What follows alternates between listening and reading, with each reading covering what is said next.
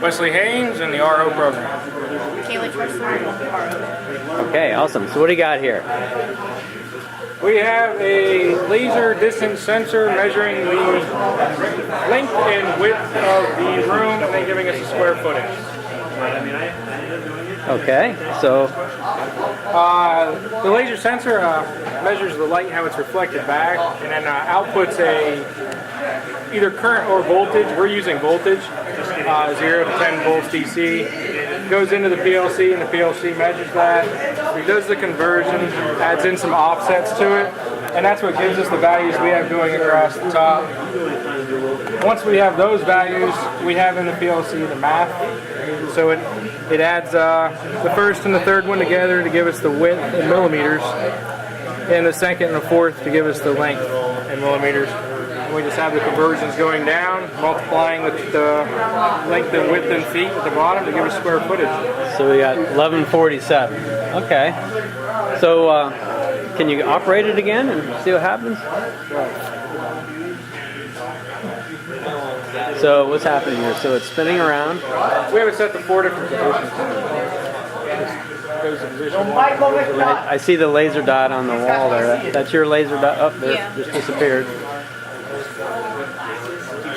And where's the next one's over here? And then the other one will be right behind you. Okay, and if I put my hand in the way, what happens? Does it mess it up? Yeah, like it'll just give different numbers. It'll make the room look like it's actually not as wide as it actually is. Right. So now where is it? Over. It was on the right wall. Now it's done. Now it's done. Uh-oh. So I messed it up. Now it's 1088.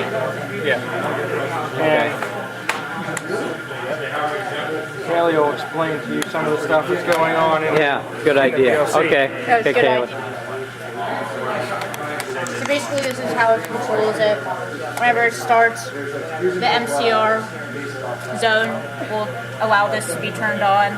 We have the laser turning on. We don't have it on all the time in case it might be a different class laser, so we don't shine in somebody's eyes.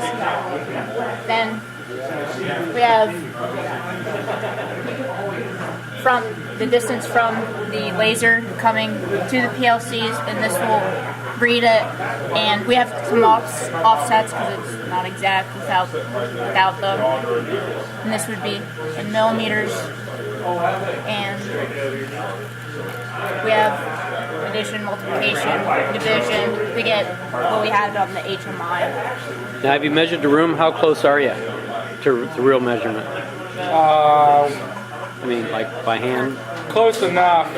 Close enough. I measured the width is 24 feet, and we're at 24.09 normally, so there is some difference there, and that's just could be me measuring it out, not being able to get that 0.09. Right, so that's pretty accurate. What is the accuracy of the laser?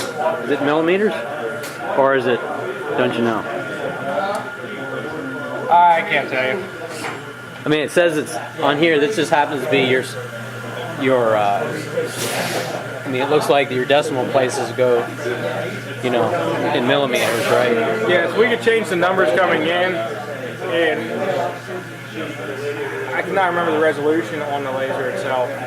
It is pretty fairly accurate of a laser, and it's capable of measuring 10.1 meters, so it's getting up to about 30. So now the robot just basically just rotates the laser.